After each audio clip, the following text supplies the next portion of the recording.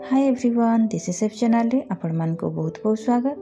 तो सांग माने आज गोटे मिर्ची रेसिपी नहीं कि आछि। ए मिर्ची रेसिपी को मु 10-11 वर्ष आगु बनै थिली, तो भाविली आपण मान को थोड़े शेयर कर देबा आउ थोड़े बनै की।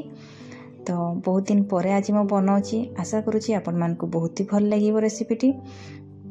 तो देरी न करी चलंतो देखि नबा केमती कोन मु बनाउची। सो वीडियो को स्टार्ट करबा पूर्व जो मैंने चैनल रे नुआ आछंती किंबा आज जाए सब्सक्राइब कर नाहंती जल्दी जल्दी जाइए प्लीज सब्सक्राइब कर नियंतु और साइड रे थिबा बेल आइकन को प्रेस करंतु ताकि मोर वीडियो रो नोटिफिकेशन आपण मानकु जल्दी जल्दी मिल जाई परिबो। आ हां, वीडियो भल लागिले निहाती भाबरे कमेंट करंतु, लाइक करंतु और सांग मान को सहित शेयर मध्य करंतु। तो देरी न करी चलंतु देखि नबा रेसिपी। सो सांग माने मैं सब मिर्ची को धोईकी तार मझे कट लगे तार भितर जिते भी मंजी अच्छी या व्हाइट पार्ट अच्छी सबू को मु बाहर कर नौची। सो एमती भाव में आपण मैंने भी बाहर कर नेबे। आ विश्वास करंतु रेसिपीटी बहुत ही भल लगी मते फास्ट टाइम मुझे बनै थी, तो आपण मानकु भी निहाती भाव में भल लागिबो। तो आपण माने निहाती थरे ट्राई करिवे रेसिपीटी को। सो सब मिर्ची को आम काटिकी बाहर कर नहीं गले तार मंजी को एबे गोटे बाउल नहीं जिबा। आउ मु किछि पनीर को मोटा मोटा ग्रेट करके रखी थी ताको मध्य ऐड करबा। फिर मु एठी किछि कैरट आउ बीटरूट को भी ग्रेट करके रखी थी ताको मध्य ऐड करबा। मु कम कम क्वांटिटी रो ऐड करूछि। तो एबे आमे किछि काटिकी रखितबा प्याज को ऐड करबा, स्वाद अनुसार लूण ऐड करबा आउ किछि बेसिक मसाला ऐड करबा जेमती धनिया पाउडर, जीरा पाउडर आउ ब्लैक पेपर पाउडर, किछि गरम मसाला मध्य ऐड करबा आ किछि रेड चिली पाउडर ऐड करबा। तापर हमें एठी काटिकी रखिथबा कंचा लंका को मध्य ऐड करबा आ सब को देकी भल भाव में आमे चामच साहाय्य रे मिसई नै जिबा। सो हमर पनीर रो मिक्सचरटा एठी रेडी हे गला।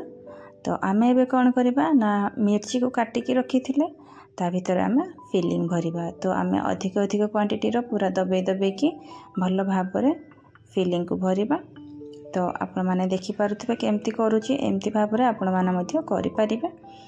तो सब को आमे एका संगरे भरिकी आमे मिर्ची को साइड करि नै जिबा। तो मते एका भल लागि नथिला, घरे समस्त को रेसिपीटी बहुत ही भल लागि थिला। तो भाविली कि आपण मानक सहित मध्य शेयर कर देबी कहिकी।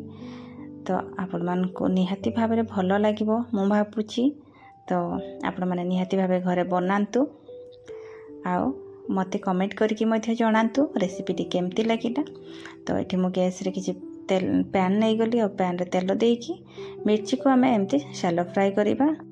आउ जो माने पकोड़ा लभर अछंती से माने यार पकोड़ा मध्य बनै पारिबे। पकोड़ा मध्य बहुत ही टेस्टी लागि थाए। मु किंतु याको भात सहित खाबा पई यार फ्राई बनाउची।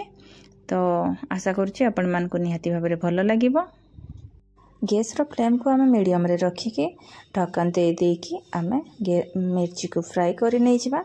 तो एठी मो फ्लेवर पई किछि रेड चिली पाउडर आउ टिके लूण स्प्रिंकल करूची। एडा पूरा पूरी ऑप्शनल, आपण माने याको स्किप मध्य करि परिबे। तो एमती भाव में आमे मिर्ची को फ्राई करि नै जिबा। तो ऑलमोस्ट एठी मिर्ची फ्राई हे गलानी। तबे मो गैस को बंद कर देबे। तो आपण मान को आपण माने देखि पारुथबे केते बढ़िया से हमर मिर्ची फ्राई हो जाइछि।